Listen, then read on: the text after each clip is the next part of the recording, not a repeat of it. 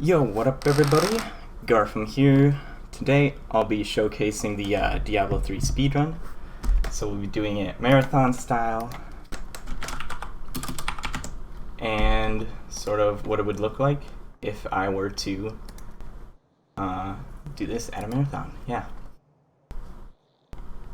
We'll be doing new game Demon Hunter. And new game means you start at level 1. You saw me create my character there just to sort of prove I'm at level 1. No Paragon. You're not allowed to use your stash. Trade vendors and stuff like that. You just pick up items off the ground. So let's start off. 3, 2, 1, go. So first thing you'll notice is I'm skipping these zombies here throughout the entire run. I'm going to be trying to avoid combat as much as possible, only killing what I need to kill.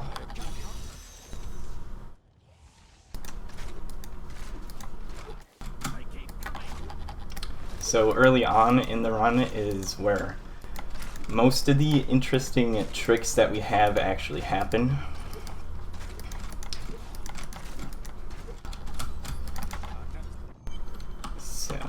Gonna run into town here. We need to go talk to Leah. And the first interesting trick I guess will happen. It's not the biggest one, but the first one will be when we leave town.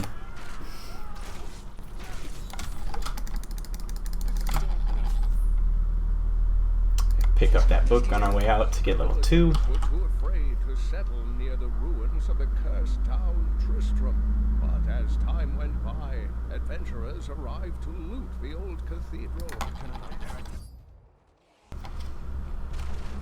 And first quest objective is to kill this wretched mother. If I didn't get body blocked there, I would have walked past everything. But I'm not going to stop and kill her. Because like I said, we're trying to avoid combat, and that will just complete itself.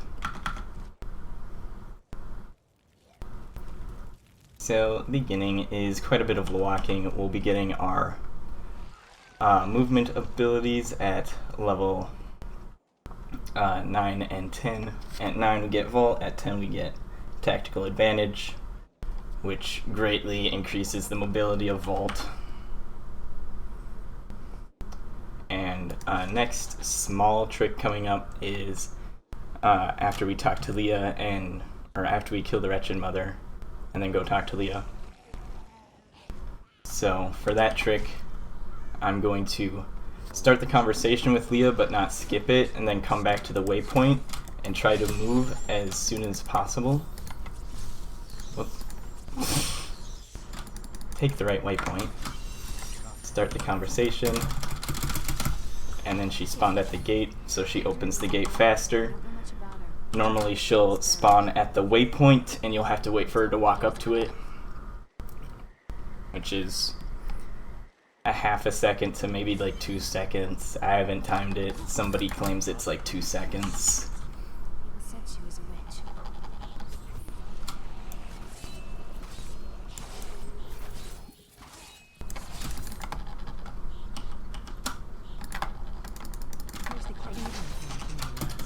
So like I said, for this category, you can't trade the vendors or craft, use your stash, etc, etc. So when I get new items that I don't need, I'll be dropping them out of my inventory by dragging them onto the ground.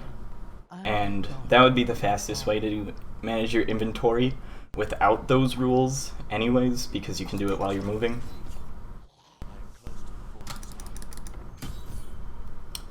So Cathedral level 1, the pattern is mostly random. Yeah, we just have to deal with it. Sometimes you can get good spawns and know where to go. Mostly we're just gonna have to walk through here and figure it out as we go.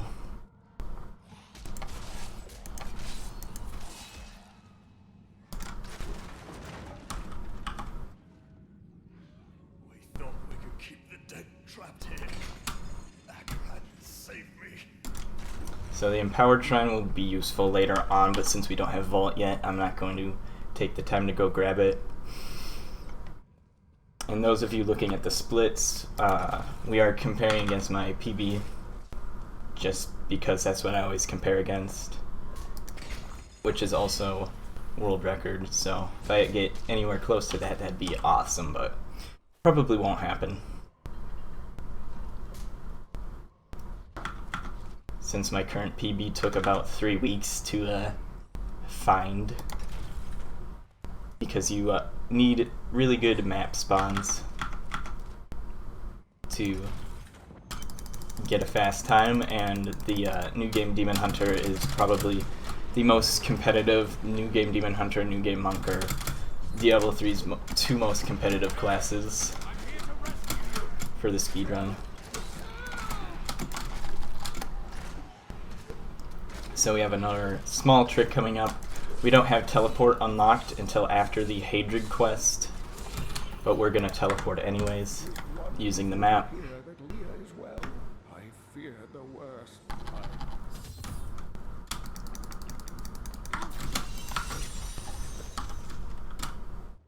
And we got move speed boots, that's really nice.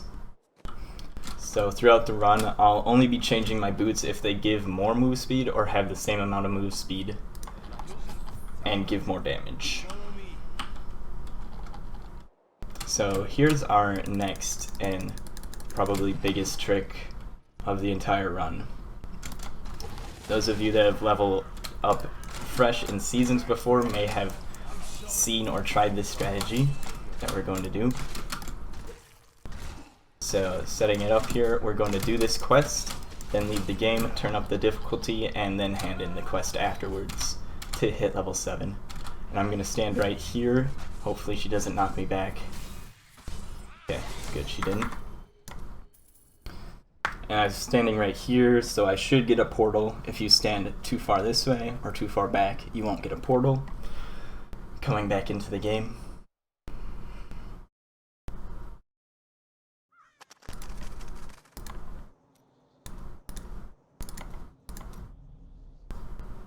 So pretty fast menuing there. We turned it up to Torment 6. That's as high as you can go under level 70. And there's our portal to get back into the cellar. We got this bow from completing that quest. It gave us the item reward, and now it'll give us the XP reward. I'm not sure why those are separate. We're going to lower the difficulty before going back in so we don't die. And so things get lower health, etc., etc. We play on normal, just because it's the rules allow any difficulty, and normal's the fastest. So if I can get these guys off my tail, I'll be, ooh, that's not ideal. Go. Okay. Yeah, Waller can cause a lot of trouble. And this is sort of my tinfoil hat theory, but for at least in these speedruns, if you get one pack with a certain affix, it seems as though a bunch of them get the same affix. As you saw, I hovered over that other pack and it also had Waller. So changing skills on the run, taking Kyle there. Try and get some move speed off these gravestones. There we go. Ah. Okay. So I just turned up the volume very loud so I can try and hear a audio cue on these dungeons to figure out which one's the right one to go into. Fairly certain the first two were not the right ones. The wrong ones, we're listening for the wind. We'll have a very deep, mellow wind sound. The right one will have a higher pitched sound.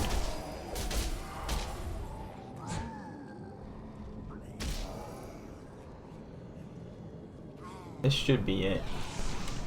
Yeah. It's slightly louder than the other ones and it's higher pitched.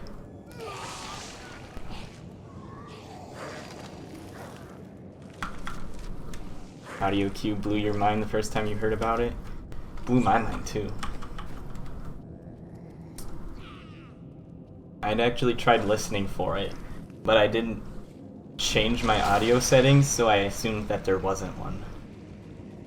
Or I just didn't know what to listen for, so then I, didn't look much into it, and then someone told me that there actually is one related to the ambient noise.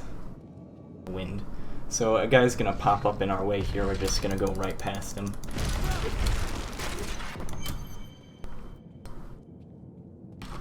Because we want to avoid combat at all costs. I'll turn the volume back down to what I'm used to. So these guys spawned in a somewhat unfortunate way. Normally I want these mages to spawn near the back. Well, near the back compared to this, the front of the dungeon, so that they do not follow and summon skeletons on me. If they spawn far enough back, they will not follow you, not summon skeletons, so I won't have to do this. My hatred is too large. There. Now we have our normal teleport. We'll be mixing it up between waypointing and teleporting, depending. So Hadrig is fixing the crown for us, and we're just gonna run up here while he's fixing it, and now we can open the door. We can get some move speed off of these breakables. Between like 8 and 10, or it's like between 8 and 11 spawn there every time, so you can always get the move speed there. Because the minimum for a movement speed bonus is 7 breakables. So when I'm looking around at breakables, I'll try to be counting 7. Sometimes there's like really small little things that count as breakables that that will sometimes randomly break and help me get a bonus I wasn't expecting. And some things look like breakables but aren't. Okay. So this was a little bit of a strange level 2 setup. Normally it goes very far northeast. Doesn't look like it did at that time though. It went a little bit down and to the right. Normally it goes more that way. That's okay. So here again, it wants us to give aid to the warrior. We're actually going to give aid to him by just walking past him, and he feels inspired by our presence and frees himself. We're going to drop that weapon.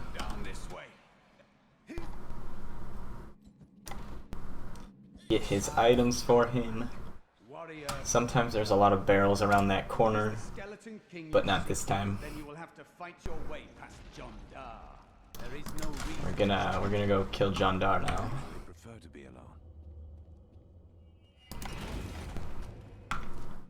So this was a pretty good level 3 setup. There are, besides that monster walling me off, like I said, if one of them has Waller, a lot of them will have Waller. That's our third pack with Waller. So he likes to run around a lot. Hopefully our Templar, yep. Our Templar gets distracted by these guys, so I'm going to try and kill them, get them out of his way. Okay, he'll hopefully break down the door. Now we'll get him as a follower. He's got a couple of skills, mostly heals and some hatred regen. Very late game, we might not even get to level 20, which is when that would unlock. But most of his skills and his damage are not very useful for us. So level 4 spawns in a 3x3 square. So we spawned in the middle of the square because this is a corner piece.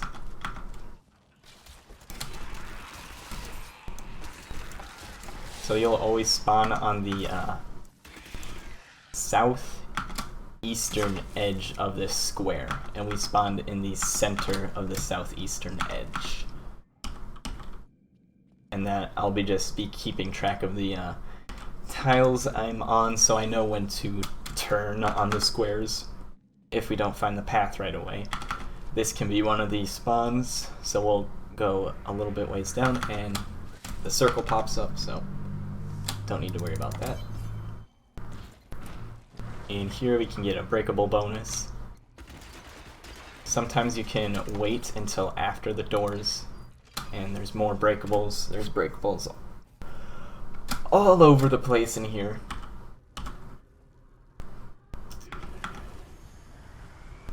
Get our little move speed. There's a little bit of a cinematic piece there. There's some pillars that spawn skeletons. There's not even really a quest objective for it, you can just go around it.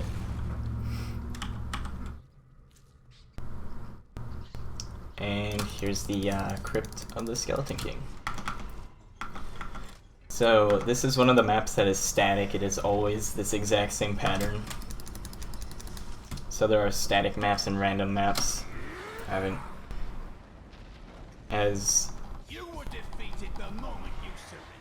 haven't really touched on which ones are random or not, but a lot of them are random. It would probably be easier for me to say when we're on the static ones.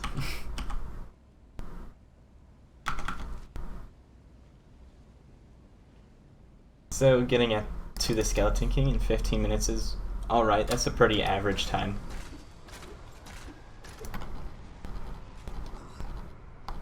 When I don't do resets, getting here at 15 minutes is pretty standard. Need really good map RNG to get here faster than that.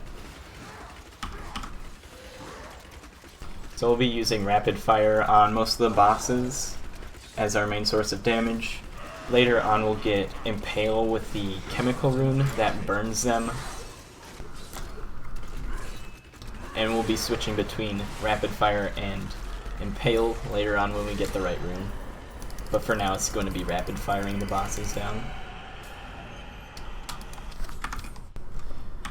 So each of the bosses at the end of the acts will always drop a legendary, and the Skeleton King always drops a Leoric's Crown. And we have move speed on those boots, so I'm going to put those on.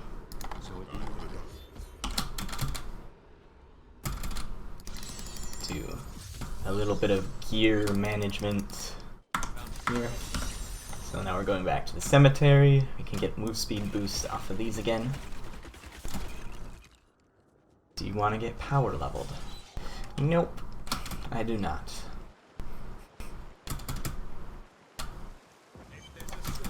Okay.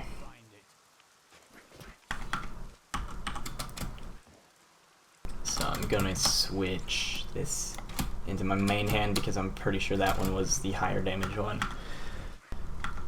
So this map has a static edge and set spawns for the dungeon I'm looking for. We're looking for the Khazar Den, so right there was our first spawn location that we checked. Was obviously not there.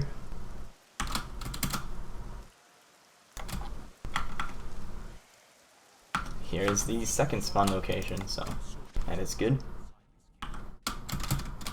So coming up, we'll try and identify the crown. You might have been wondering why I wasn't trying to ID it right away for the immediate bonus, and it's because it takes time. You have to stand still to ID stuff, to ID legendary items. So right here, while I'm not being attacked and waiting for some enemies to spawn, I'll ID it. So there was no time wasted to try and ID that. And here, if I can get it, is a... I didn't get it. There's a frame perfect trick that I've recently found works on more things than we originally knew. It was something that we found out about coming up. We have to place some stones onto an obelisk, and that requires your character to kind of channel through an animation. And while they're channeling, you can't break through the channeling. If you do the, if you start the channel and do an ability or a teleport or a force move at what I believe to be a frame perfect input at the exact same time, you can move or break the channeling effect and still have it complete the channel.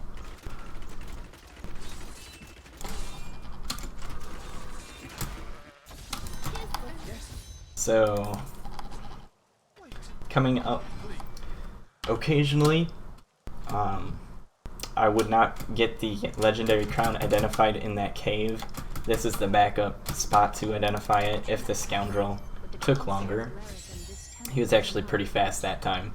Sometimes you have to wait for him to walk up that path, and that's a good second place to try and ID the crown. So now we have Vault at level 9, and that was one of the reasons we did the level up trick earlier, is to hit level 9 faster. So we can vault now. And we'll be vaulting a lot the entire run. If I play correctly, I will never be at full discipline, except for in between boss fights and things that I cannot, things where I don't need to be mobile.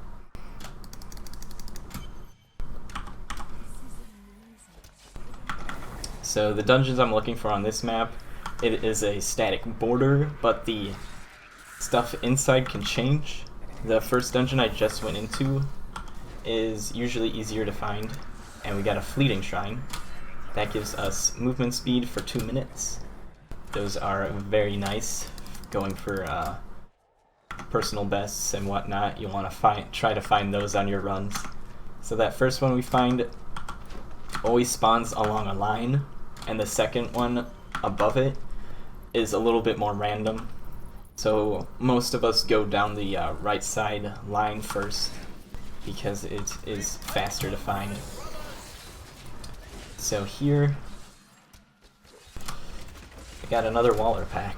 Let's see, I don't think it's a tinfoil hat theory, but the devs may claim otherwise.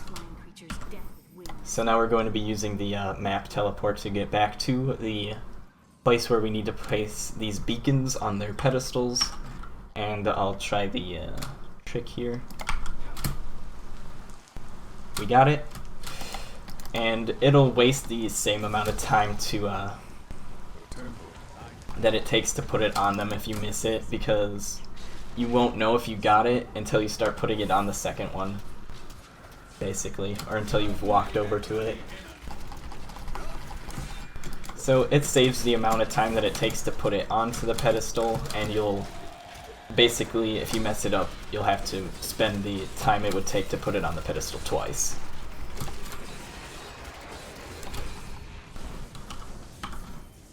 It's a cool little trick to show off though. Doesn't save a lot of time. And you can get it again on this sword piece with the teleport.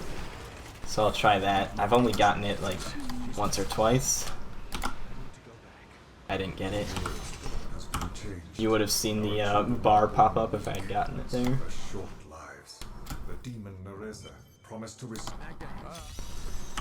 So you'll notice also a lot of the dialogue, some of it I let play because I don't need to skip it, and some of it I will skip instinctively just because skipping text will progress quests faster.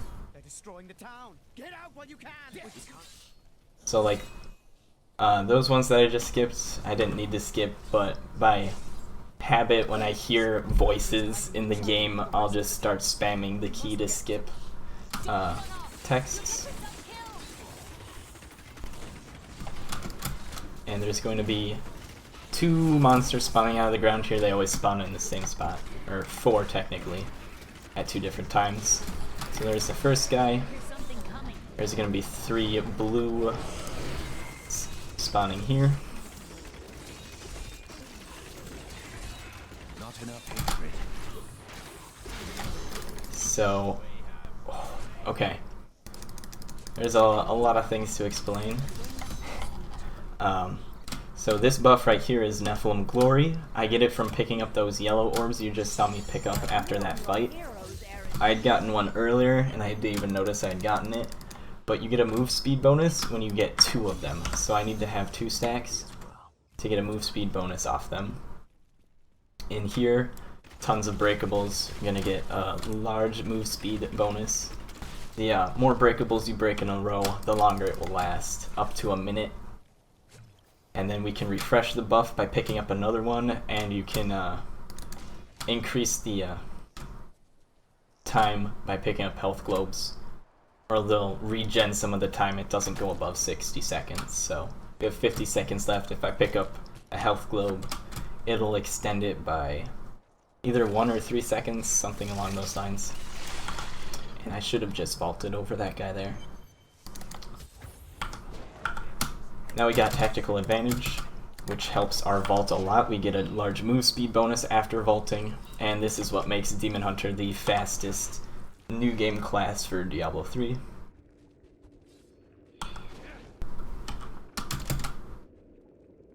And just a little bit of inventory management. That has the same amount of move speed as what I'm wearing. Lower damage, lower damage. Okay, so this map has a pattern to its spawn, but it is random. So the first segment we went through, there were 2 paths that lead to the next segment. So it's a 50-50 shot of getting it on your first try. You saw me check the dead end, or saw me check both paths. The first one I checked was a dead end. The second segment has 4 possible spots, and I may end up checking all of them.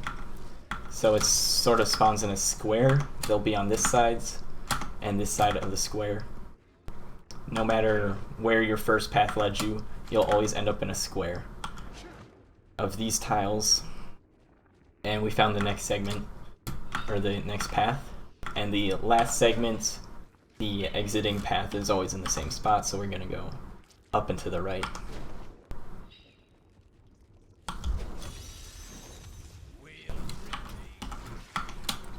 Whoops. More Waller packs. Don't think I'm crazy. Don't think so. It's a thing. It's a thing, guys.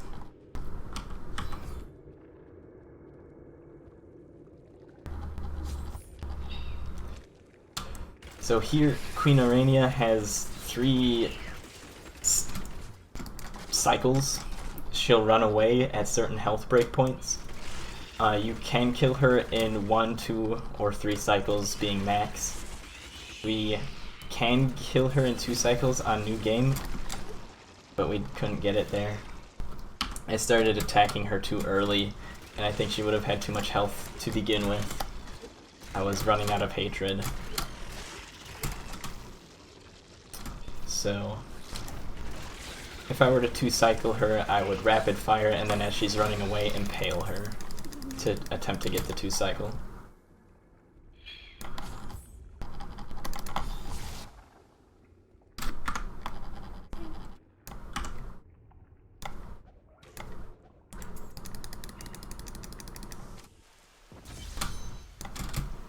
And we'll just take our Templar skill there. That's just a passive health regen. Doesn't do too much. We're usually not at risk of dying. So just now I talked to the Mystic, and most people do this, and you should if you're speedrunning as well, but you don't need to. You don't have to talk to her to start the next quest. You just need to go click on the staff. However, the staff has 3 spawn points, and it will tell you very far away which one it is, so that's why I talk to her every time. If you skip talking to her, it will not give you the golden circle telling you where to go, so you'd have to run up all the way to each point on your to see it on your screen. And the 3 points are rather spread out.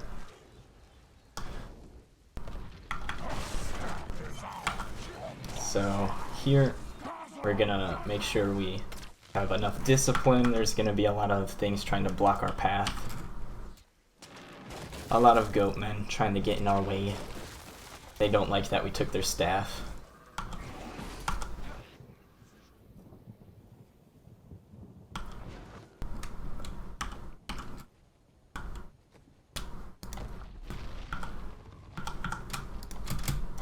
And at level 11 we'll be getting a rapid fire rune, which reduces the hatred cost. so that will help a lot for killing the butcher at the end of this act. And can also mention that this map has static borders. Stuff in the middle will change up, but the edges are always the same, so I know where to go on this map to get to the end.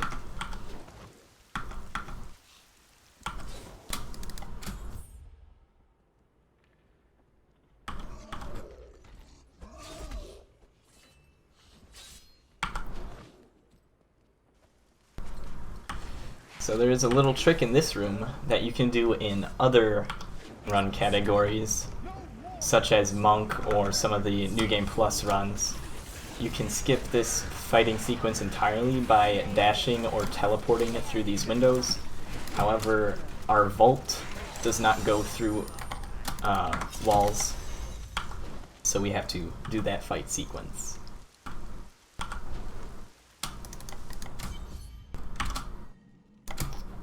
So Halls of Agony level 1 is very random. There is a set amount of tiles and sort of a pattern that they spawn in, but knowing that doesn't help you very much. You'll enter into a 2x2 square, and we are looking for a tile with butcher cleavers on it that slam into the ground. Those will always tell us to be on the right path. But there's no way of knowing, or there's no way of finding those faster. You just have to look around. We did find them fairly quickly though. So these are the butcher cleavers. And these will always lead us to the exit of this map.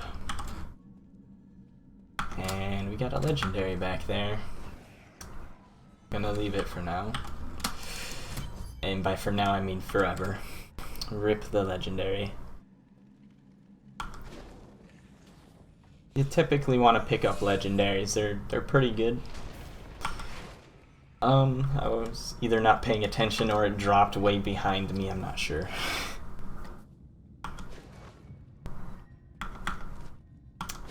And I messed up this map a little bit. This map has another set pattern. The tiles switch up a little bit, but you always want to go down and to the right. So this could have led to a path up there. It would have been awful if me going that way if it had ended up like that, but it did not. And the exit will always be the bottom right. It switches between two tiles.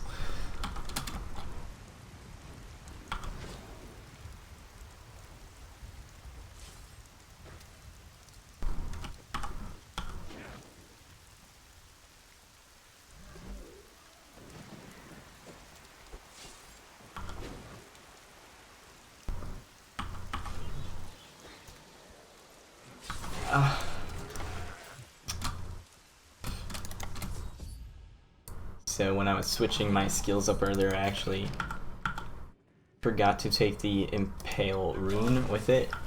You get the Impale rune at level 7. I just didn't get it right away, and it's a knockback one, so if you don't one-shot something with it, it'll push them out of the way for you so you can get through them. You happen to be out of discipline.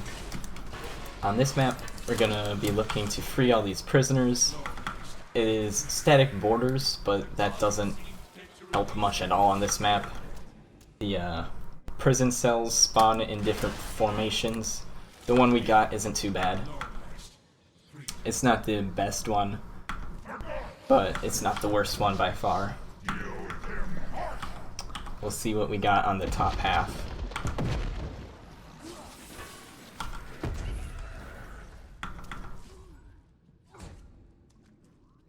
So this is one of the best layouts, especially for the bottom half of the map, since the bottom half of the map does not require you to go all the way to that wall.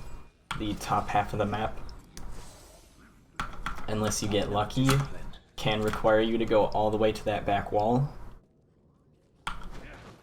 which it looks like we're gonna have to do, unless I miss the guy in there. Yep. So these two cells on the back wall will always spawn there. My servants are now free, but the curse over this place remains. And the placement of the prisoners is completely random, and you can get all of them to spawn on the same half of the map, which is a pretty huge time save, not needing to cut through the middle. And you have to explore less cells overall. So we got level 11, we're gonna take our Withering Fire rune when we are not being attacked. If you're being attacked, you can't change your skills. It is rather annoying at times. We're gonna try and take that Impale rune at the same time. These little mobs always spawn here. Try to keep some discipline ready to roll past them.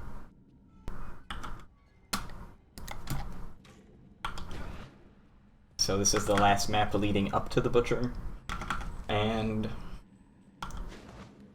it is fairly random.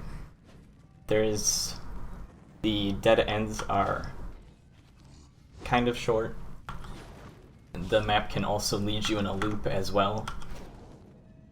So we'll just be exploring this one a good bit. So yeah, there's a short dead end there.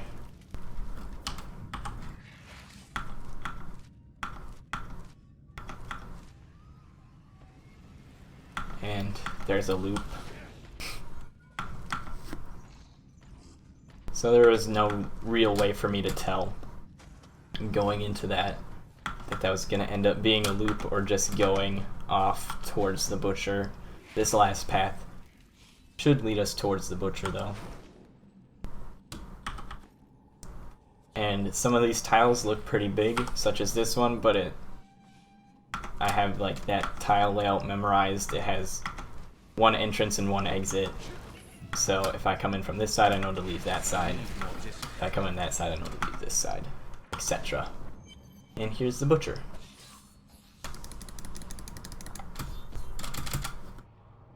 So we'll be getting a legendary from him after we kill him. And we will be identifying that at start of Act 2, or near the start, after we do a quest with the Enchantress.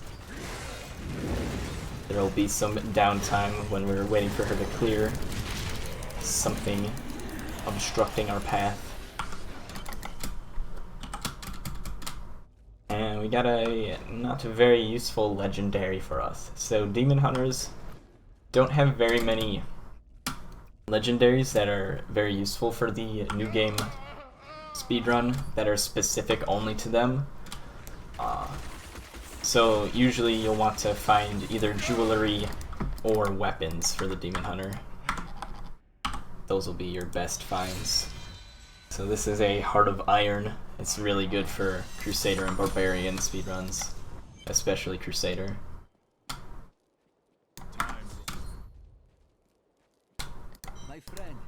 And I actually missed the, I didn't miss it. I sort of autopilot identified that when I should have. So there was a sequence there when Tyrael was picking up his sword that I can't skip. And that's when you identify, that is the spot to identify legendaries that you get from the Butcher. If you forget to do it there, you can do it coming up after this little mini quest with the Enchantress. And you actually don't need to talk to her. She will come to you once you get to the next checkpoint.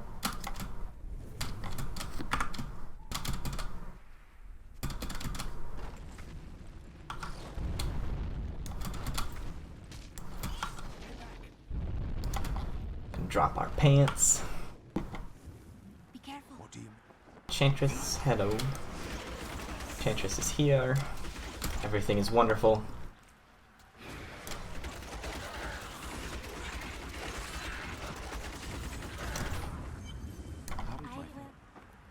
So sometimes she can be a little stubborn and not want to break down the rocks. She went pretty quickly though, so that is nice. Captain, from behind! Protect the people! Okay, so that shrine we see on the map, there's a protection shrine. And we're gonna skip killing those guys, There's another illusion here. avoiding combat as Just try to hide their always. Their spells It says it's an objective, but If we follow you the can walk past it and it will complete This itself. is one of the cultist's lair. So to break the ritual, you just need to kill one of them, and you can get a move speed in here off those breakables. So there's 2 dungeons we need to go into on this map. The borders are static once again, and the dungeon entrances have set spots they will always spawn. And you can actually see the entrances to the spawns that don't show up. They'll have like closed off boarded doors on them. So unless we get it on the first one, you can see that. So that's an entrance right there, but you can see the doors closed. There's our second entrance. That one's also boarded up, so we need to go to the bottom right. Look, more hidden footprints. And there's a little story mechanic going on there where she'll reveal the footprints to the correct one, but she reveals them very slowly, and they purposefully took winding paths to try and mess you up. So typically don't want to follow those. Just memorize the spawns and go and check them.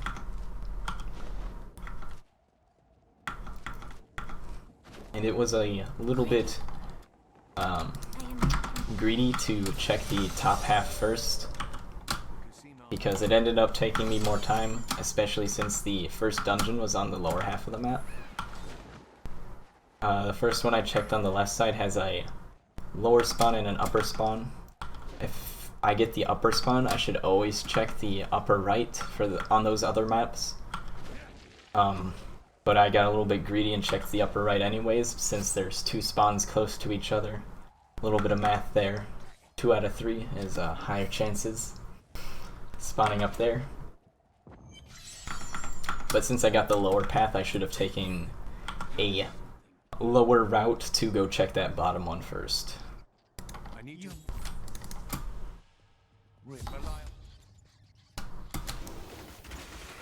So, killing some sneaks. Magda's doing some shady stuff to this city, and we're trying to help them out. Help get rid of Magda and all the demons. She locked them up. Took them prisoner.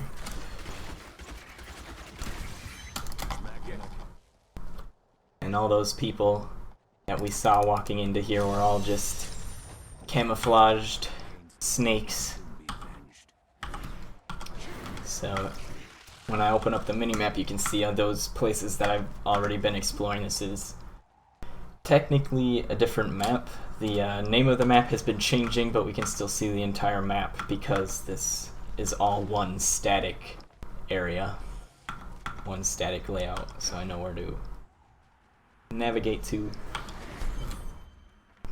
And that giant guy spawns in your way. Don't need to kill him either, like most of the things that pop out in your path.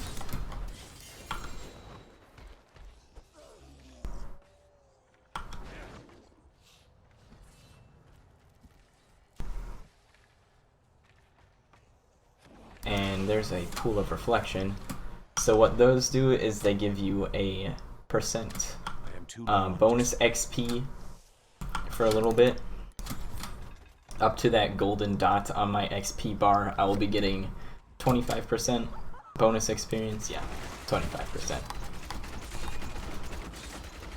Which will help me get to the next skill I need, which restores discipline. And discipline is that blue, is this blue bar, which is what Vault uses.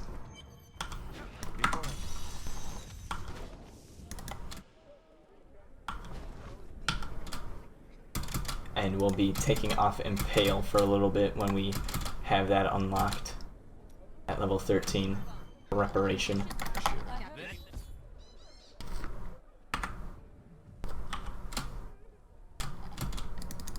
Let's go.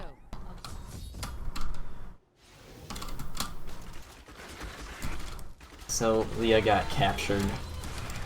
I'm Don't recall what she was doing, but Belial captured her, held her prisoner, had to come rescue her.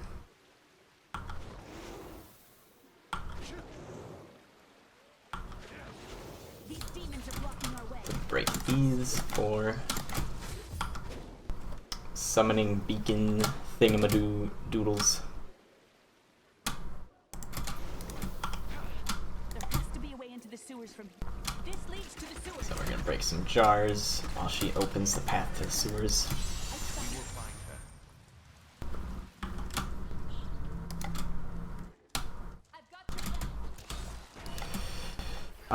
Yeah, Leah has our back. She's immune to damage, but she also only deals like 1 DPS, so...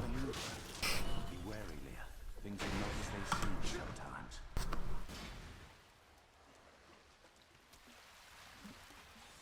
And there's some lore bits I guess I can let play through in these dungeons. Adria should be up here. If they even happen fast enough, sometimes they're still too slow. So this one I have to skip, so she'll spawn a portal faster for us. Proceed with the quest. Going back into the sewers.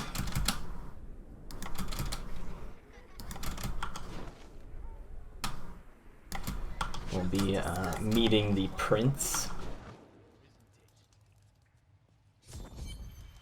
who is for some reason sitting in the sewers and has a key to unlock this door for us. It's a bit suspicious.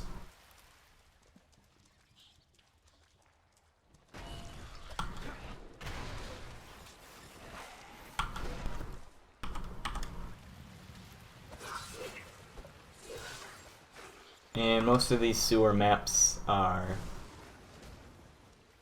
very bad, very RNG heavy, and hard to navigate. The first two you saw me in are the shortest ones. The first one you saw me in is a short one, and this one is a short one. So these two aren't bad. We'll be getting to two more maps that look very similar to that later, that have very long dead ends in them, and there's no way that we can currently tell apart the correct path in those dungeons. But as for the map we're currently on, is another large static map where we're looking for a certain dungeon to enter, and the dungeon spawns in set locations, so I'll be checking them all. That was one of the locations. You'll often see events and the waypoints spawn in those same locations, and other dungeon entrances. So that was a pretty good spot for it to be. That was the second spawn on the map, and there is 7 or 8 total.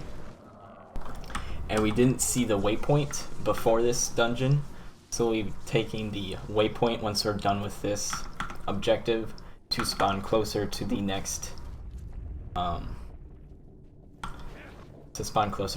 dungeon we need to get into. Words are hard. Why don't I pick up that book? It's very small amount of XP, and I usually end up misclicking on top of Leah instead.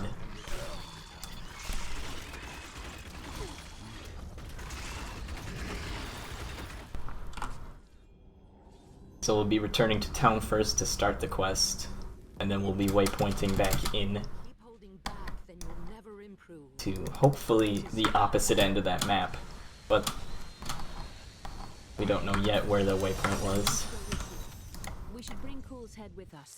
Maybe he'll have something. Okay, so it wasn't a huge advantage, but it was something. So we're going to be cutting through the map now. Normally I would explore the second for all of these other spawns if it spawned on this half of the map, which requires me to basically go around the edges. But we cut through the middle since we need to go to this bridge, and Zoltan Cool will open it for us. There's Emperor Hakan again. He's a ghost for some reason that time, using some sort of magic to talk to us. We don't talk to him because we gotta go fast, though. So these are the sewer dungeons that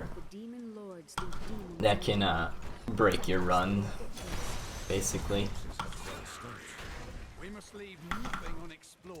There are a lot of big RNG maps that can make or break runs. We found the exit, although we're gonna have to take a little bit of a winding path to still get there. But at least we know that we need to go downwards, instead of checking those other 3 paths, which could, and most likely are, very, very long dead ends that can add minutes to a run.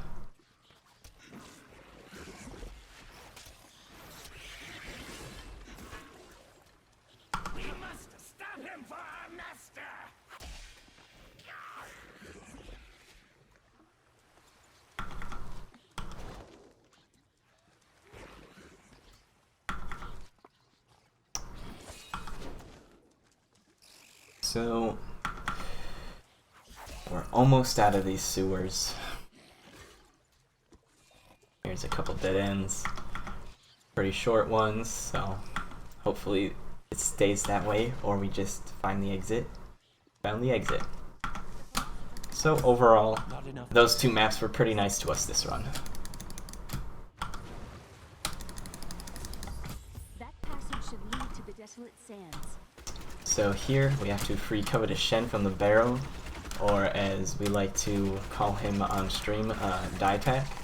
To one of my viewers. He says things I think Diatak would say, that's why I call him Diatak.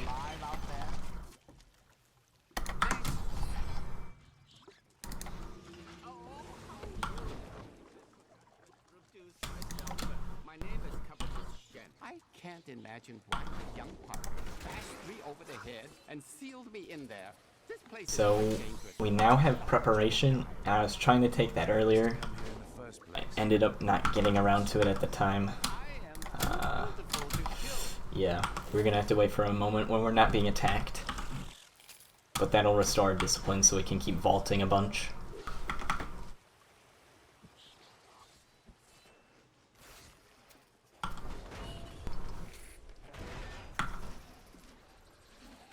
Should be upwards here.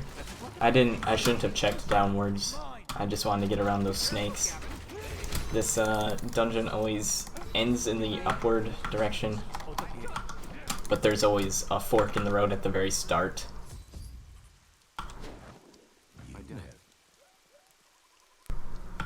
Okay, now we'll be taking preparation, replacing Impale for a little bit.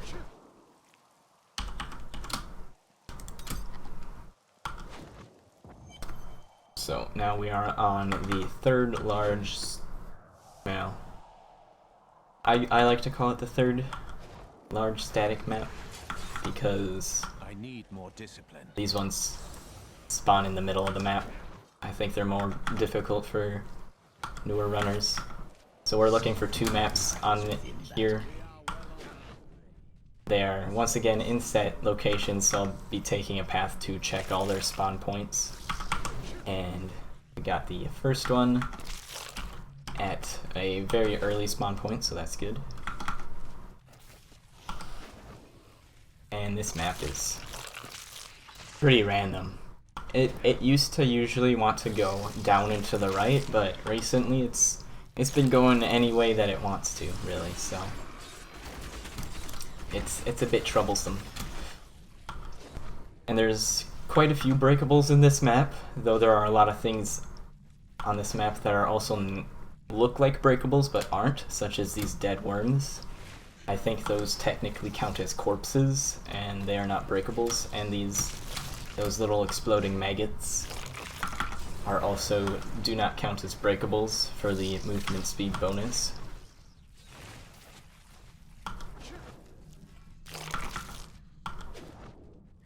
So yeah, it ended up taking us to the top right. Bed A. Now this one will always end up being in the left-hand side of the map somewhere. But sometimes they like to put a small dead end in the way first.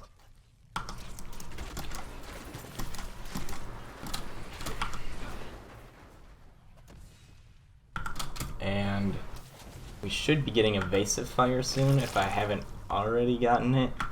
So this is one of those dead ends where I tried to stay left, but they fooled me.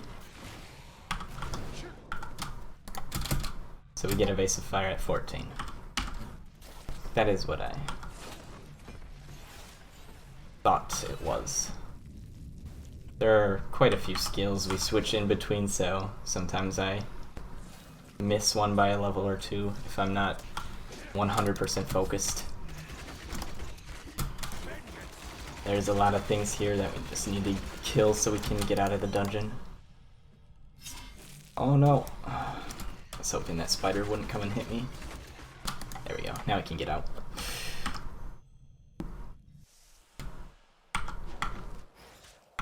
So that was actually at the second spawn location.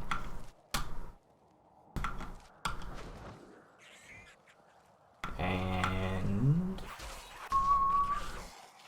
making extra sure that was our third spawn. So now we're gonna be making a U-shape. Got an empowered shrine, and that increases resource regen and decreases cooldowns. So I'll be able to vault a lot more while I have that buff on. So I'll be using vault a lot more liberally.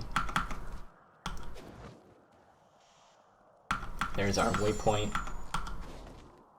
So we're not going to be waypointing on this map because the exit is in the top left. And there's our last dungeon for that map.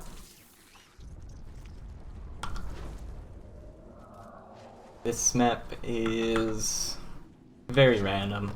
There are some patterns that you can slowly pick up on. They're really hard to explain for this map.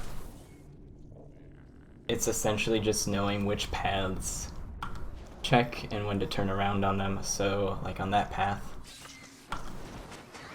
In very rare cases, or in most cases, that is not the way you want to go. There are very rare cases where the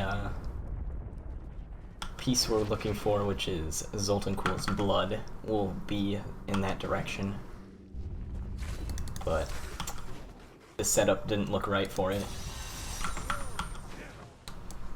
And now we're 14 and we can get evasive fire, which is a hatred generating attack that does a backflip, and that will proc with tactical advantage and give you a move speed as well. However, it's kind of hard to use for just to proc the move speed, and it's usually only used to get out of places when you're stuck and out of discipline, which does happen but not too often. But when it does happen, it's nice to have.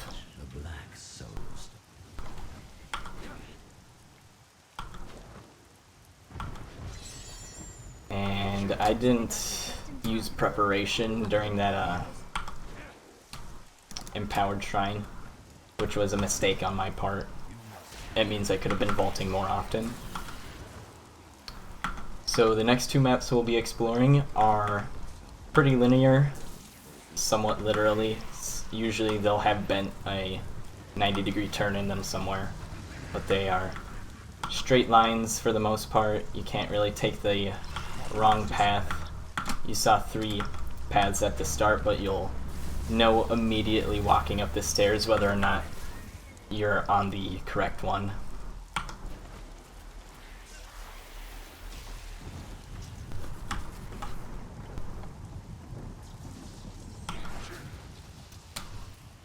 And now we have Fan of Knives unlocked. So, starting at a fresh character, you will not have all your ability slots unlocked, so you have to wait until you would have a skill that belongs in that spot unlocked before you can put a skill there. So now we're going to be replacing Fan of Knives in a bit with Impale. And I may just wait until we have chemical burn, because phantom knives can be nice. However, impale with chemical burn will help us a lot in Act 3 and helps on boss fights. But before you get chemical burn, it's not exactly worth taking. So we'll keep phantom knives on for now.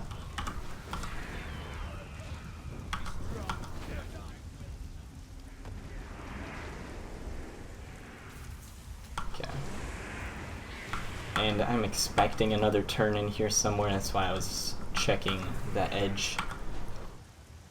And now this should be leading us straight to the shadow lock that we need to open. So currently, all these dungeons we've been going into, we've been collecting pieces of Zoltankuhl to bring him back to life. So we can get the Soul Stone? That's not its name. But, yeah. You'd think I know the name. I skip through most of the text, so sometimes I forget.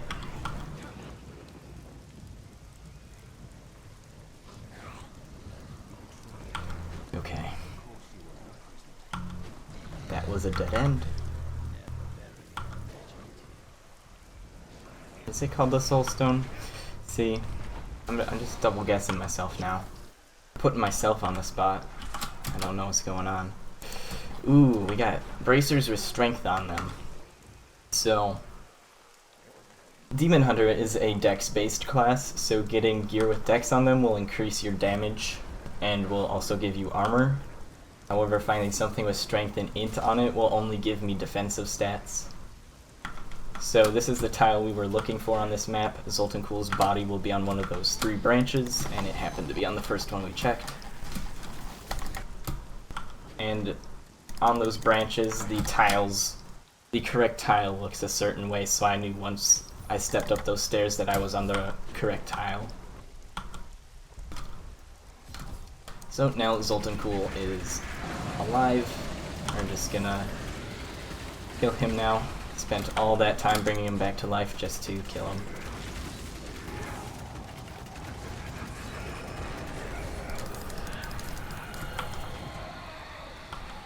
But what we really wanted was this.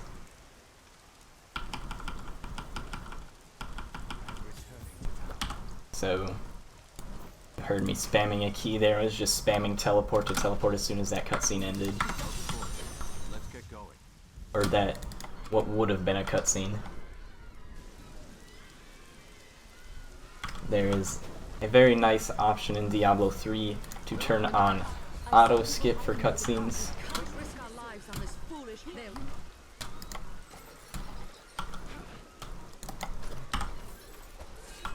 Now we're gonna save the people from Belial's siege on the city. He's throwing green meatballs at them. Not very nice. But since they're only meatballs, it's fine if they get hit with them. They're kind of just, they get a little messy, but it doesn't matter if they get hit with them. Need more discipline. They supposedly die, but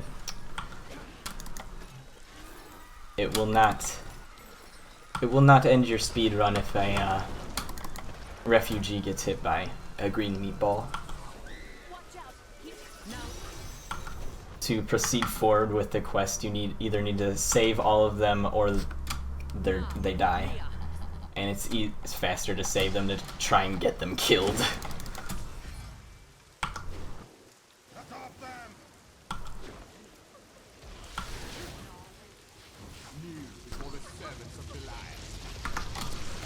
So this guy is, as Adria was explaining, he was blocking our path there. Kill him. There's gonna be some more snakes up here that we have to kill before we can fight Belial. But we recently got some pretty nice damage upgrades after the Zoltankuhl fight, so they went down very fast. And now Belial has 3 sort of phases. First phase is he doesn't want to fight you. He'll make his tries to make his minions do his biddings for him, but they're not good enough. So he's gonna have to come down off his throne and fight us.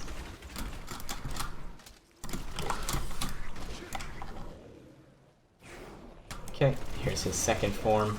We bring him down to like 10% or something. And now he'll go into his real form. Ah, he's so big and scary.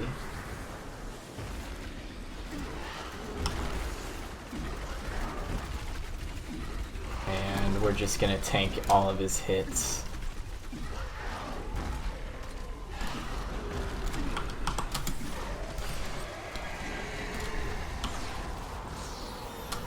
So, he is the last boss in this act, so he'll drop a legendary again. There we go. Quiver, it doesn't do anything. Doesn't have a legendary affix on it, which would make it do something special with your abilities, or just an added thing. But this legendary does not have any affix on it, so it'll just give us a decent amount of damage. Straining against me. Assuming it rolls well. It could still roll pretty bad, stat-wise. But as long as it gets a dex on it, it should end up being better than what we have. And you saw me trying to take skills there. We now have our chemical impale unlocked. Or chemical burn impale. It does fire damage. So there's quite a few breakables here. There we go. Got some move speed off them. You're a welcome sight, hero. And as you may have noticed, there's a lot of things I'm thinking about and doing during the run. As far as skill and inventory management and breakable bonuses. So managing your inventory, your skills, breakable bonuses, your discipline, all of those things make the Demon Hunter run kind of difficult to master and even more difficult to commentate over. So you'll see in the runs where I go for PBs, I'll talk very little, and that is why I'm messing up during this run so much, because it's a lot of things to keep track of. And as well as just remembering where you need to go next, what you're currently doing.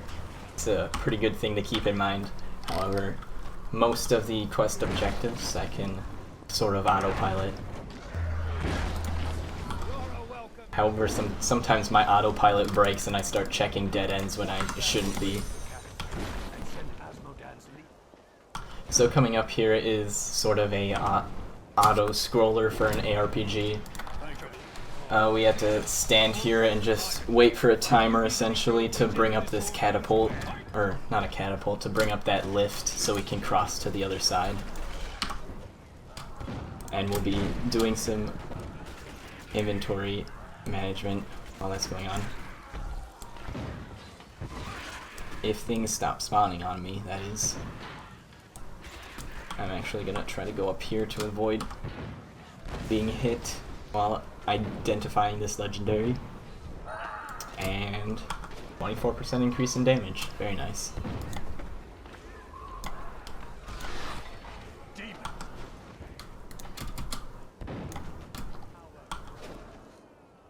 So now we're going to go raise some catapults. And I'll be doing a strategy that is technically not marathon safe. I can soft lock the game, but it's very easy to set it up so it doesn't soft lock.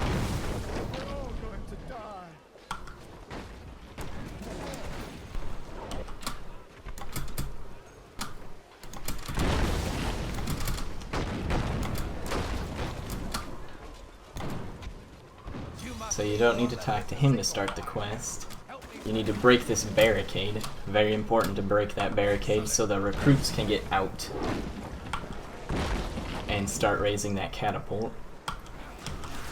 So to make sure we're extra safe here, I'm going to kill pretty much all these monsters before this next set of stairs to make sure that nothing goes up there or follows me when I go up there.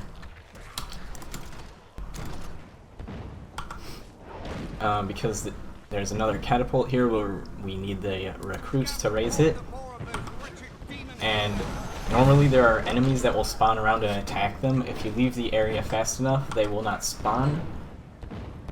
So they should be fine since we cleared out anything that could have followed us up the stairs. So now those two catapults will complete while I have to manually raise this one. And the timing on this, if you go through all the catapults really quick, is that the first one always finishes last. However, the first and second one will probably end up finishing near the same time since I took so much time to set it up and keep it safe. And that guy has some anger problems. He likes to yell at you if you aren't clicking on the winch fast enough. But even if you're constantly clicking on it, sometimes he'll still get angry.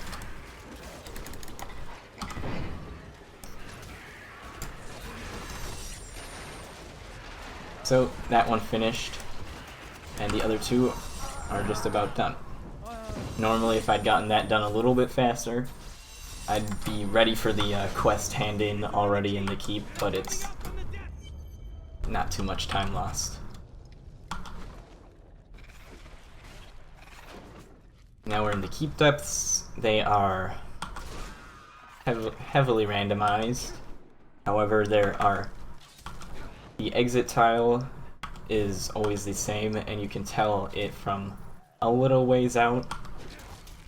On this map in particular, you'll always end up going northeast to find the exit tile, and the exit itself will be in the northwest corner once you find that tile. So I'll be exploring upwards through this map when I can. And there's typically quite a lot of breakables in here, so I try and keep my eye out for those. Also, I still haven't put on Chemical Impale yet. Try and get that here. We're on the exit tile, by the way. You can kind of see that glowing circle as well. Okay. So, keep depths level 2. Somewhat similar. It's a little... The exit tile isn't as big, so you can't see it as far out as the other ones, but it will always end facing northwest. But the map typically goes downwards first, and then it will put the northwest facing exit tile at the bottom of the map. So we'll be going down through here. And there's a ton of breakables in here we're gonna get.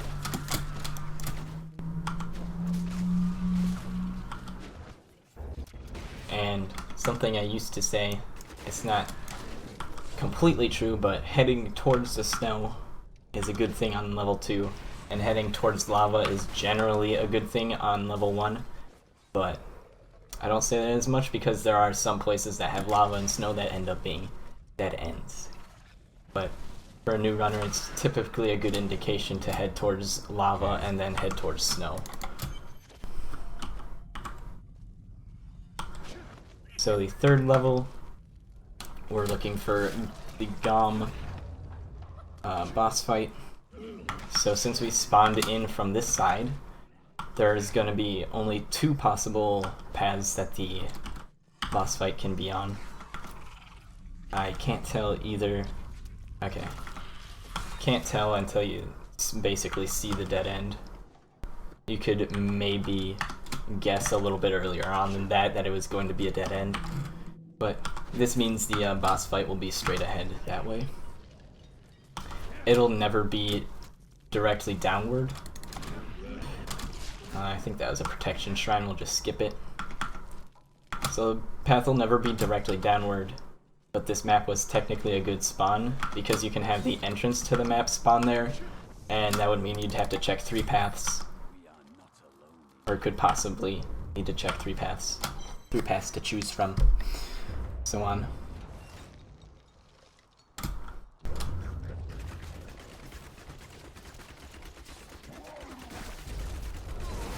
So we'll be... Oh wow, he took a large chunk of damage near the end there. We were going to rapid fire him down until he was close to being low, and then chemical burn impale him.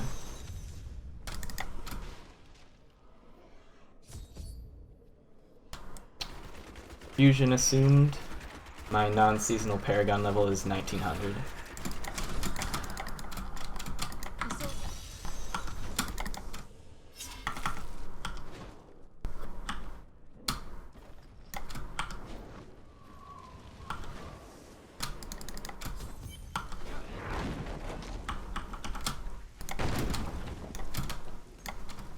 Wow, that axe gave me a large damage increase, but I don't feel like playing melee hunter right now. I don't exactly feel comfortable doing that, so I'll just drop that.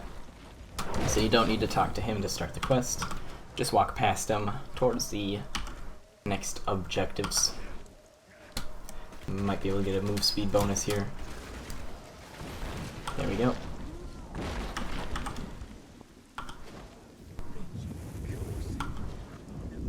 So hopefully we get...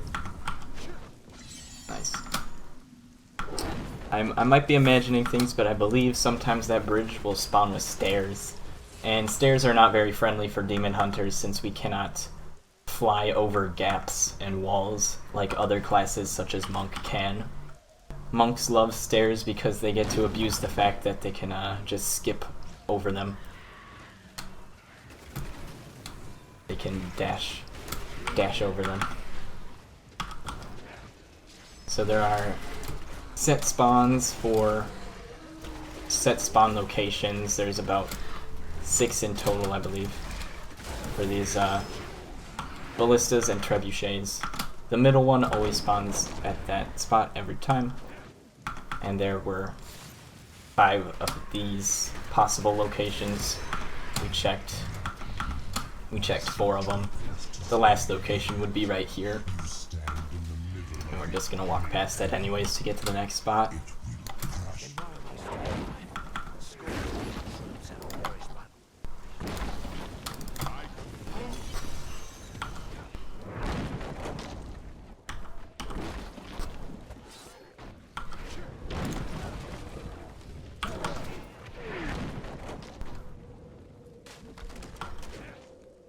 Who's that guy behind me?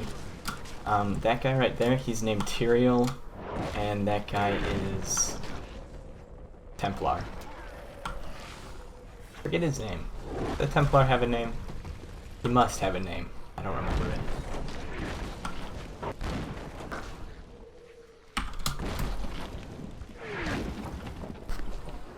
And we forgot to take our GOM split. That's not terribly important.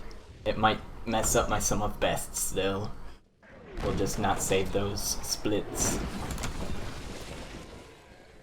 Cormac, yeah. That's right. He says it every time. Slipped my mind though.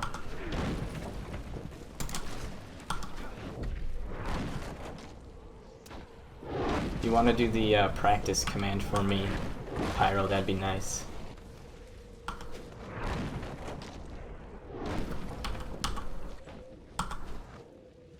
So now, heading into Siegebreaker, the end of that very long bridge. And you can move through that little wall before he starts fighting you. It's not terribly useful information to know for new game, since you can't one-shot. Usually can't one-shot him, I should say. Maybe, under certain circumstances you could.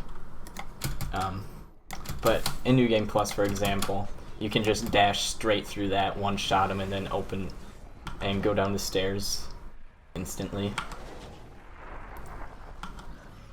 This map is usually straightforward. It looks like it doesn't want to be straightforward for us today. So I'll be checking down here just to be certain. So the map, the crater levels always end in the top right. However, sometimes they'll give you a little bit of a winding path. If you get a nice spawn of this map, it'll just go straight into the top right on a straight line. Do you want more?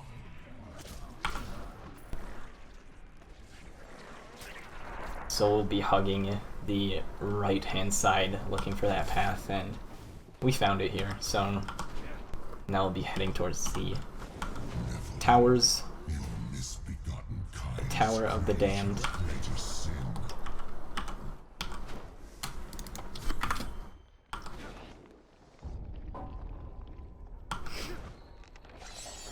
These poor things. And that is Sedea. That's our next boss we have to kill.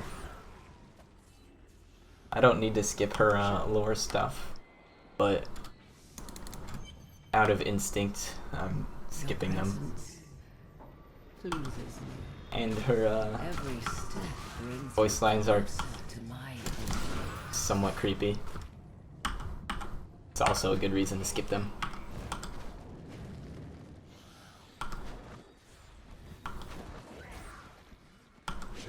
So these maps are just circles. There won't be long dead ends. If I went straight there, I'd bump into a little tiny like cliff, but nothing major. If you were to slip up there, just follow the circles to the next floor. Oh, whoops. I tried to do an evasive fire there for a little boost of movement speed since we're out of discipline at the moment. This is one of the areas where there's not much to do in them besides vault. I feast.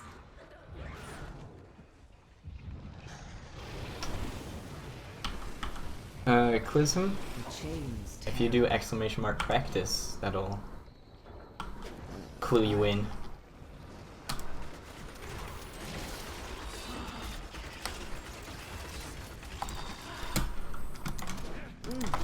So we have to fight her twice. That is just the first fight, you get her down to half health. Then you kill the heart and move on. We have to go kill a second heart after we kill her for good. We have to go through another crater level first. so Hopefully this crater will be nicer to us.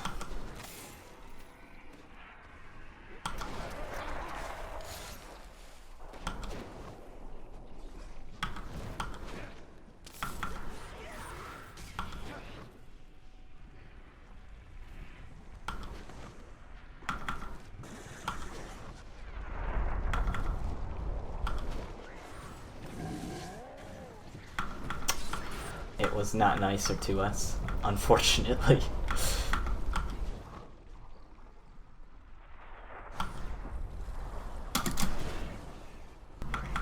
So we'll have to backtrack to go check one of the other paths.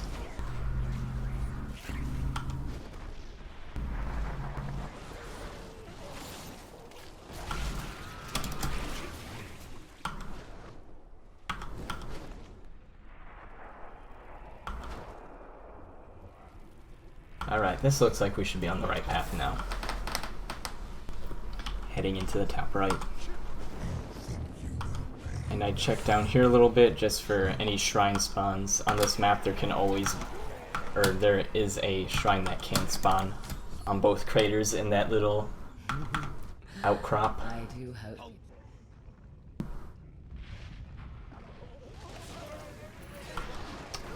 Just check the title.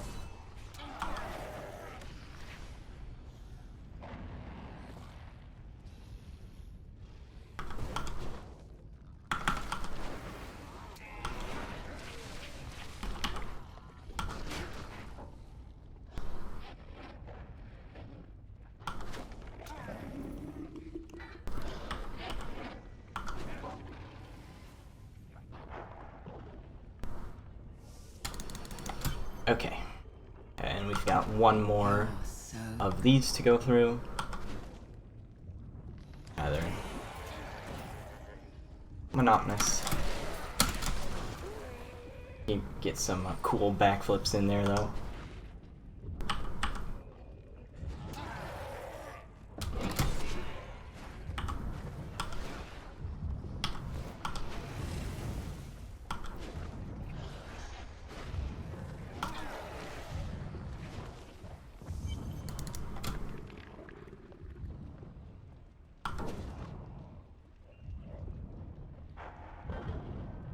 If any of my mods or any of my regulars want to help CLISM out, I would appreciate that.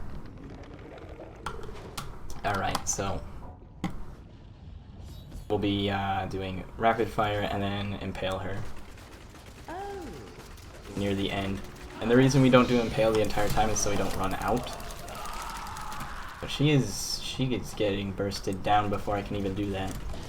There might be... Ah, yes, the Heart of Iron. Not super useful for demon hunters, but not completely useless either.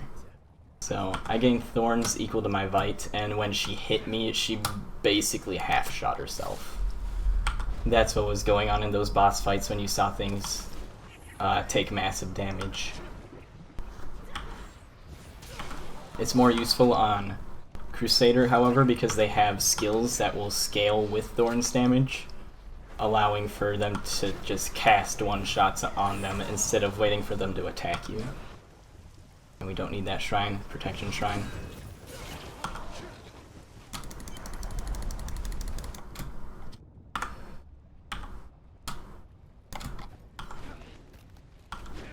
Now we go into the Asmodan fight, the last boss of this act. He'll be giving us another legendary. I'll actually stand closer to him so he can hit me sooner.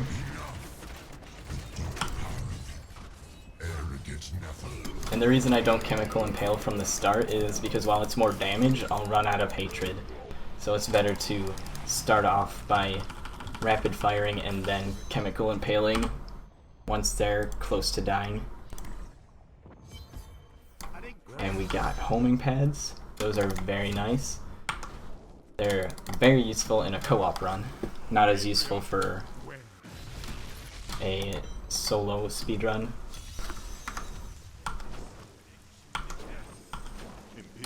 So we'll be identifying this in the boss fight, hopefully. So I do this right now as these guys swarm me. Okay. There'll be another point where I can try that in between Iskatu's cycles. He will cycle out at half health. And now I can try it again. I don't think I got it in time. Okay, we got it in time. I can put that on, do a little bit more. Make sure I have the right things on. There we go. Take out Iskatu.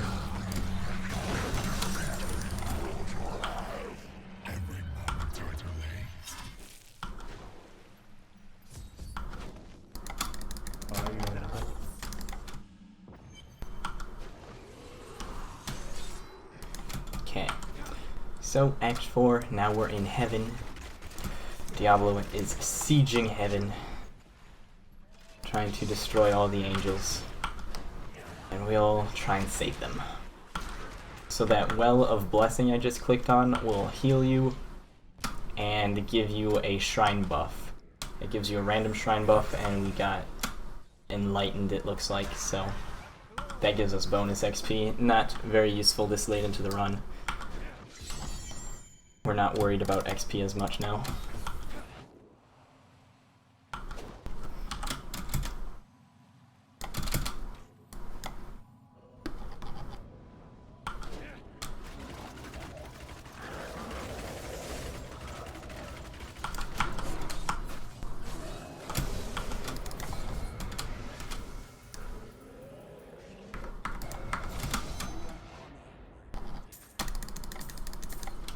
sometimes that portal can take a little while to open, so it's better to take the items while waiting for that to spawn.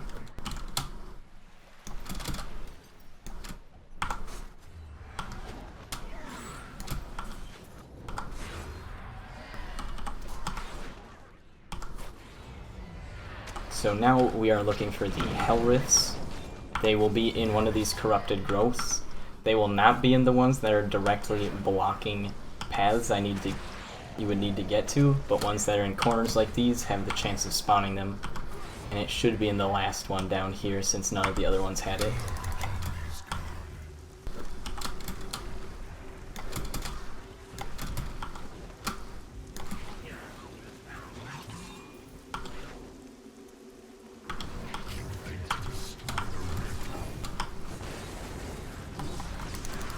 So I don't need to kill this guy if I can click on the portal, but his the model was blocking me from clicking on that portal. So now we have to find a second Hell Rift. Same thing again, we have to kill these corrupted growths to try and find the portal. So here's one of those instances where... Oh, that didn't one-shot it, whoops. Where evasive fire was useful. I was out of discipline and I was getting body blocked. Powered Shrine, that's very good. We'll be able to vault a lot more, and we'll get the cooldown back on preparation faster for more discipline.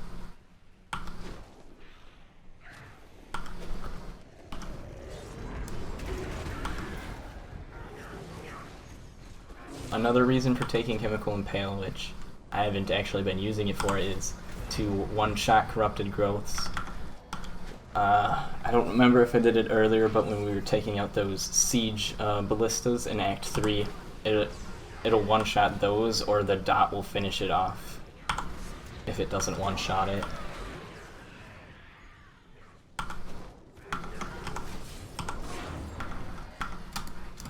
So you can see me kind of going all over the map here. And I'm actually gonna double check that I didn't miss one right here, yeah. Because I actually had one spawn there during the warm-up run when I skipped that one.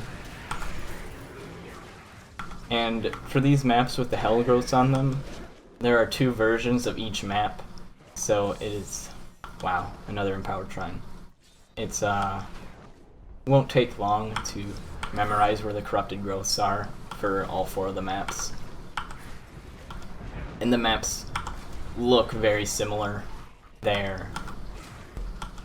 Basically the biggest difference is the entrances and exits are swapped.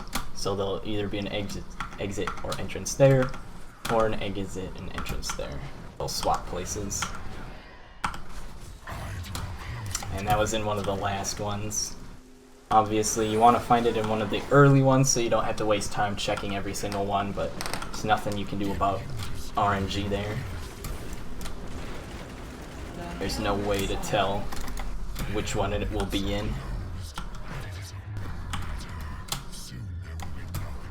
Ooh. You don't want to do that. You don't want to drop your upgrade.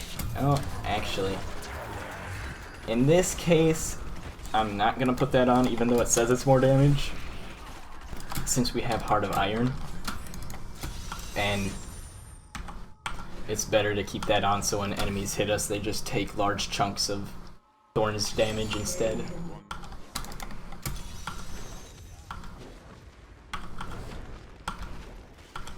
And these are rather big maps here, so I'll be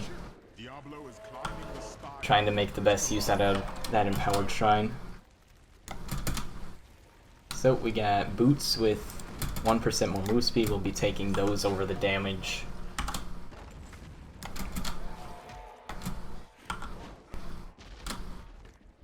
And these maps are pretty random.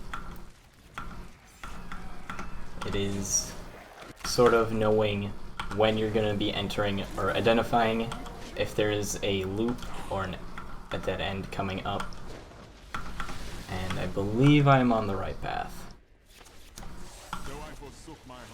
Fortune Shrines aren't terribly useful. It gives you Magic Find and Gold Find. We can't use gold to buy anything during this run, so that doesn't help. The Magic Find barely increases your drop rate, so it's not very useful either.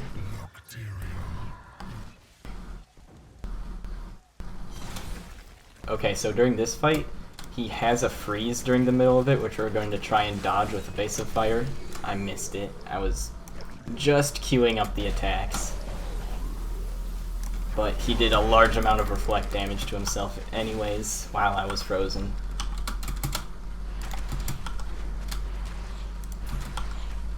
Got a pretty big upgrade on that amulet there.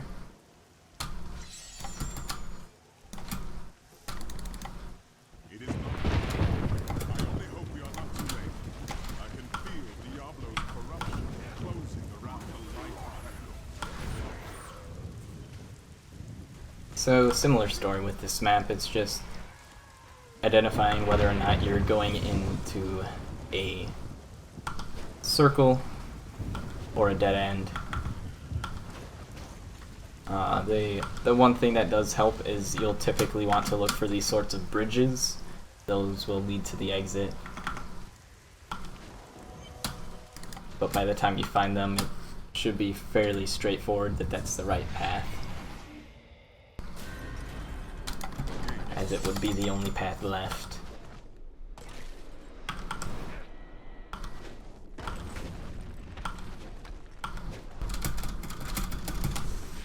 Okay, so Diablo has 3 phases.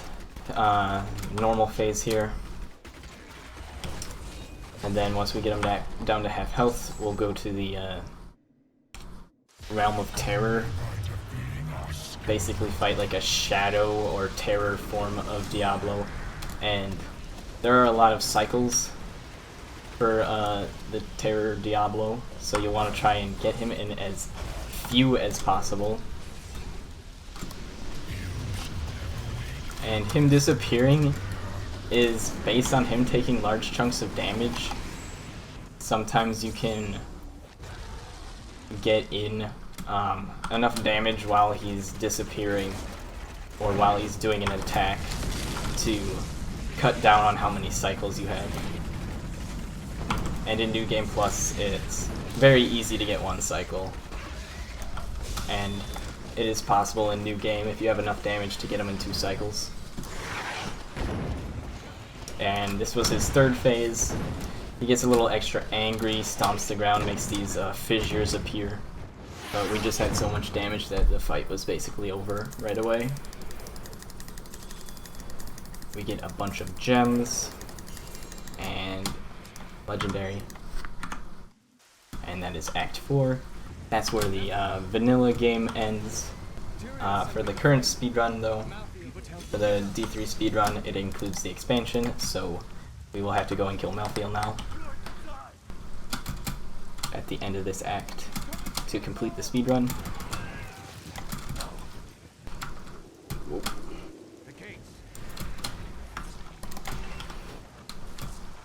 So there is another spot coming up where I will identify that legendary. That one in particular gives damage reduction after using a hatred generating attack for a demon hunter. But it won't help us terribly. It'll help keep us alive. Normally don't have that problem though.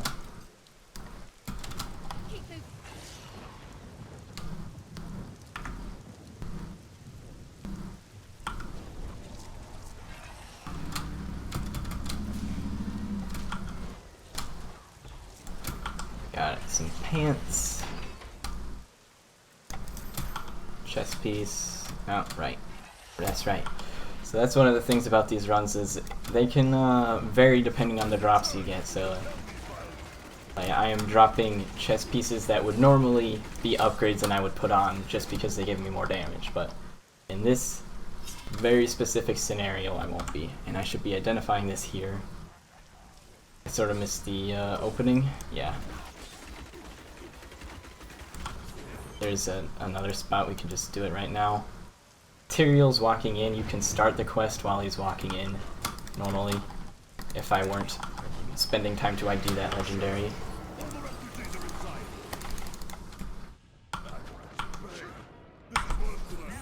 So she'll teleport when taking large chunks of damage to different locations in the room. Just impale her a couple times to bring her down.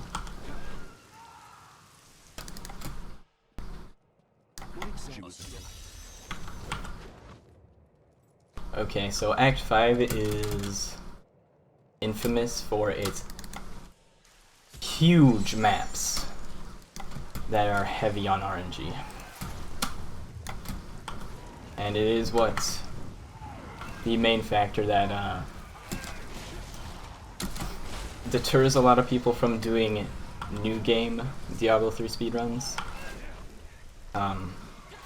It's not as bad in New Game Plus because certain classes for New Game Plus are so fast that it rarely makes a difference, and it's not as painful if you get bad RNG on a big map in those ones because it's only losing like half a minute as compared to losing like 5 minutes.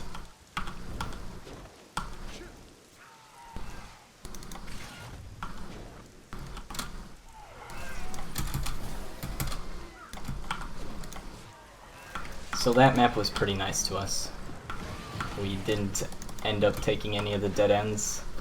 I can guarantee you that there were some there though.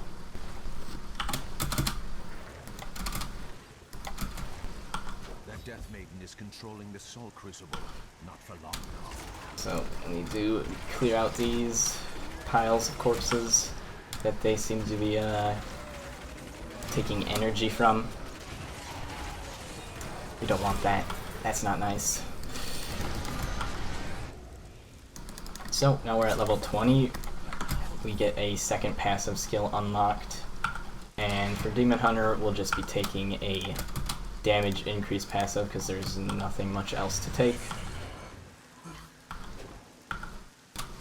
Yeah, we did successfully take that one. And we now have our last skill slot unlocked. We'll be taking the Templar skill that gives us hatred back. And I'll be attempting to change skills. There's lots of breakables in here I can be getting to. So this map spawns in 2 segments. They are essentially just giant squares. You look along the edges for a skinny path to get to the second segment, and the second segment will have your entrance to the next dungeon along one of the edges. So it looks like I actually accidentally skipped it, and that was honestly would have been a really good spawn had I been paying attention. When I walked past that, that would have been amazing.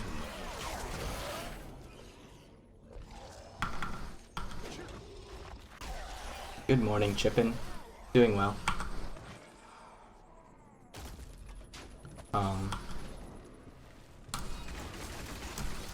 So we'll try and get some move speed here again.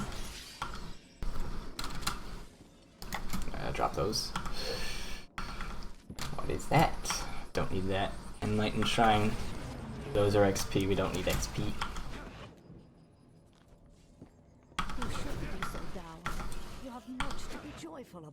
Okay. Finally got the exit there. Okay. So now we'll be, for now, taking our companion just for a little bit of extra DPS, because there's no reason for us to have strafe when we have evasive fire and vault for our movement abilities.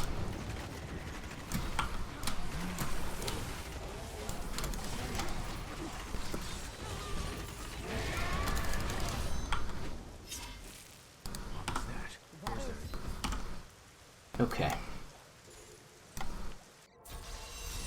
So now we'll be looking for Urziel. He is a is our next boss. He has a giant fire cannon. And these last three bosses are the most threatening as far as dying goes. But their skills are fairly easy to anticipate and dodge, so if I am not able to tank through them, I can just dodge them.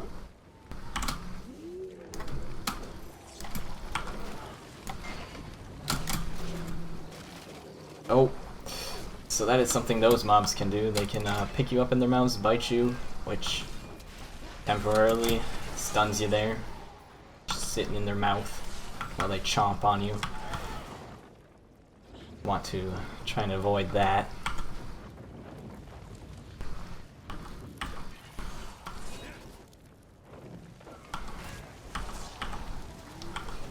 So another thing we can talk about, as you can see, as when I've been opening my inventory, only thing I'm keeping in it right now are some gems, and we haven't seen too many pieces of gear with sockets in them besides the Orc's Crown, and that's where you can put your gems. As I try and figure out where to go on this map, I think we need to go that way. This is what I mean by big maps, heavy RNG. So, socketing gems, they'll do different things depending on what piece of gear you socket it into. I'll be keeping rubies to put into weapons for a flat damage increase, and the flat damage is quite substantial. It's a flat number, and it ends up being about 20% or more of your damage most of the time. So here is the Urziel boss fight. That was weird. Seemed to got stuck there for a sec. Soon demons spawn like you will be gone. So he's calling us a demon. We are technically demon spawn. We're Nephilim. They are the offspring of a angel and a demon. So that is why we are so powerful as far as the lore goes. Now we have Marked for Death. We'll probably end up taking that off, or taking Companion off in favor of Marked for Death.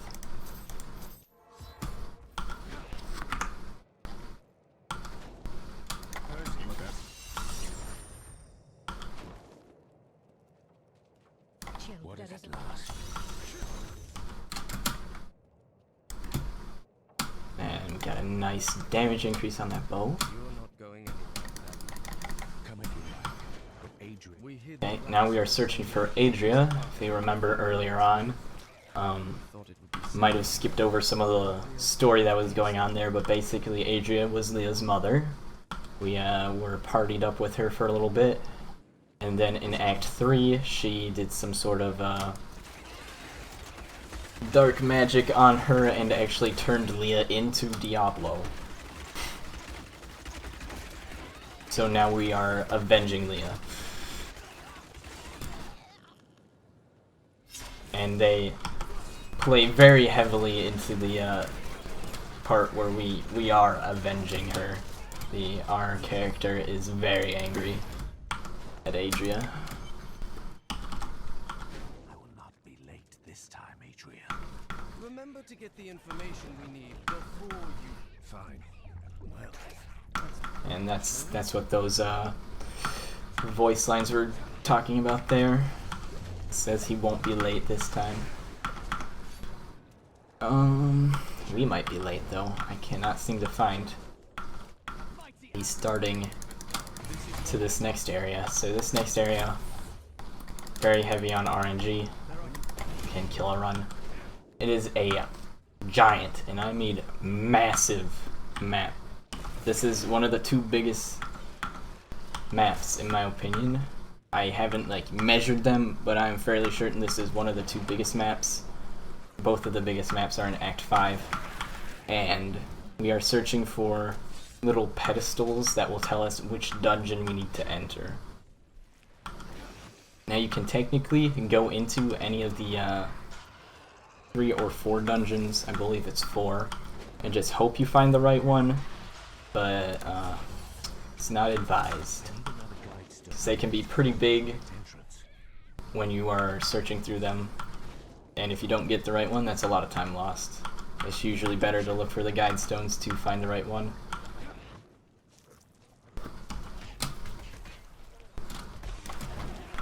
And there's our next guide stone. So there are more guide stones on the map than you need to find. There are 4 or 5 guide stone spawns, and you only need to find the first one in between those 2 doors. I don't really count that one because that's typically the easiest to find. The other ones, you need 2 more in that giant map to find the correct map that we are now on. This one is fairly random.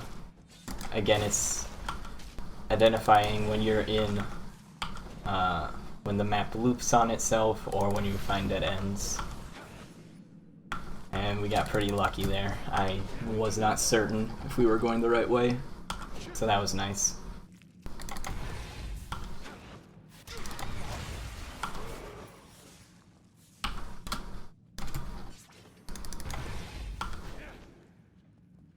This map is pretty similar to the last one in style and in randomness.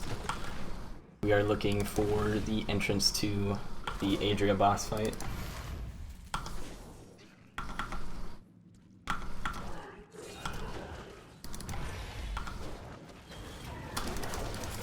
Frenzy Shine. Extra damage is always appreciated. So here's one of the spots where there's a big decision to be made, and from experience,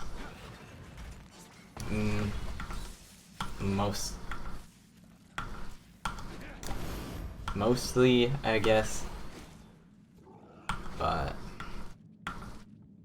yeah. Looking at the map further, it was, there's no way to tell. It's from experience. You wouldn't have wanted to go this way. The maps can spawn, like, past these tiles. They're very, distinguishable from the other ones. They can spawn past them. As we can see, they don't always.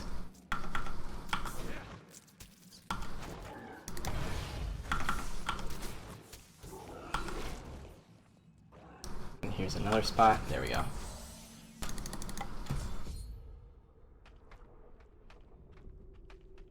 No worries, Kyle. So we didn't get to switch to March for Death in time. That's fine. So there's some hints at further Diablo games in that bit of lore there.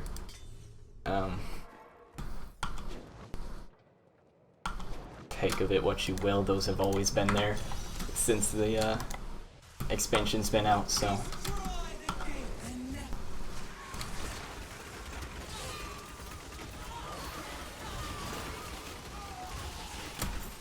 And now we are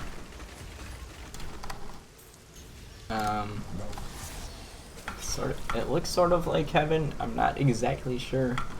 We're at the Pandemonium Gate. I'm not sure if that's a part of heaven or not, lore-wise. Coming up is some more auto-scroller-esque stuff. There's not much we can do to make it faster. There is a little bit. So there's going to be 3 demons falling out of the sky and landing right here. We're not sure if you need to kill them to progress the quest, but no, why not kill them? And then a whole bunch spawn, and he comes down and opens the gate for us. Patience is not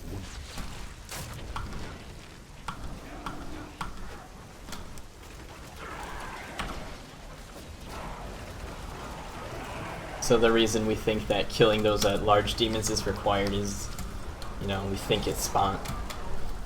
I mean, it's kind of silly to go in and test if not killing them would make things worse, because this already works well. And it's not like not killing them would somehow make it faster. That would just be silly if that's how that happened. So a little trick here, I sort of messed up, but it technically might save time. It'll save me discipline. So we basically just teleported to the waypoint instead of walking or vaulting down that path. I can start doing that channel a lot earlier. It just slipped my mind. And if I start the channel at the right time, it will always be faster than walking down that path. So here is the last large RNG map. We are looking for two things in a very large map, and they both spawned very close. Super close. Unbelievably close to the start. This is an amazing RNG.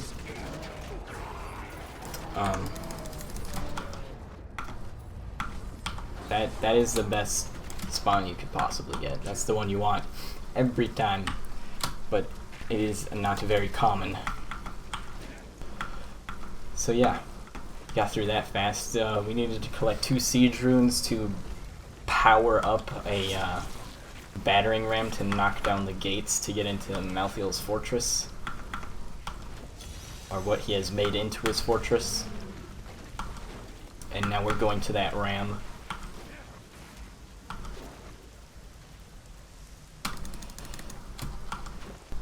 And yeah, as far as those siege runes go, that map's pretty big, and they can be very far spread out. I would typically have to look for a part of the map called the crag. The corner of the UI will actually tell you that you've changed map zones, and it's basically this long line that you go up. There's usually one of the siege runes along that line, or like right at the start of it. And the other one is typically in the center of the map, which is fairly easy to find. The center of the map isn't like problem, it's that problem with that map typically is all those tiny offshoots. They will look like dead ends, but can end up being large sections of the map that you need to discover. So it's typically the one along the edge or on the crag that is hardest to find. So for this auto-scroller, the only thing that we can do to make it go faster is destroy the hooks. And before we can destroy these hooks, we had to kill that elite that showed up. If we don't kill the elite, it'll keep spawning more hooks until he's dead.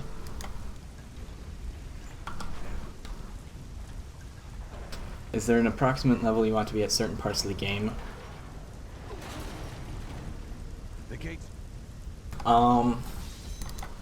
There are certain parts where you should hit certain levels, but for Demon Hunter specifically, it shouldn't make the run that much different or difficult.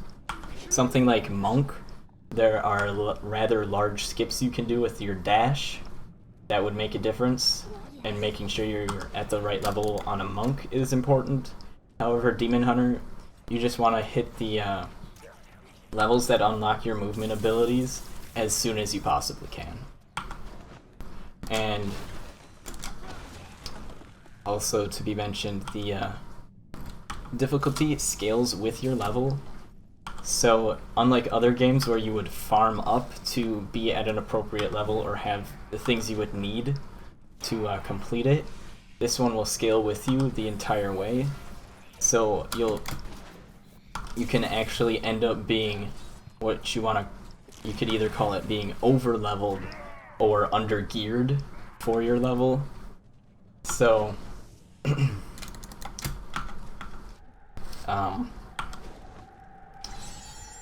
if you level up right before a boss fight,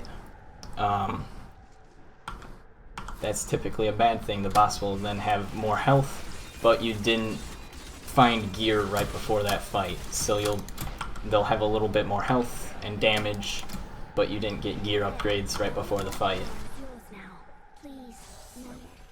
So sometimes that can have a significant impact on a run where if you don't get new weapon upgrades for like an entire act, the bosses later on will start to take a long time to kill. So you could call it either way. You're either over leveled or under geared. Essentially the same thing.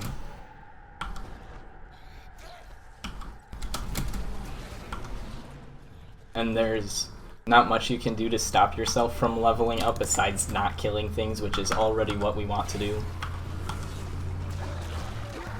And most of the XP comes from quest hand-ins or things that you're forced to kill. So these last two maps that we were going through are pretty easy to navigate. Fortress level 1, you want to follow the right hand side as much as you can. Sometimes it'll end up leading you to the top left. And for this one, as soon as you go in, you take a left, and then as soon as you see another left, you take that left, follow the wall until you see the portals, and then you take the portals until Malthael. And Malthael has 2 stages and sort of a little intermediary talking point there. You saw a bubble pop up above his head for like half a second. I skipped through it while he's talking there. He's invincible, so it's really important that you skip that text. And here's his second stage. He spawns some clouds under you, he gets really angry, and hopefully we kill him before he goes into immunity, and we did. So the run will end when Tyrael walks in here, and it'll end when we start talking with him. So Malthael, his second stage, he has the ability to come into the center and start shooting out fire. And while he's doing that, he can't die during that animation, so you want to kill him before then. And time. So 2 hours, that's kind of what I expected for a marathon run. 2 hours, 1 minute. Not bad. Nice.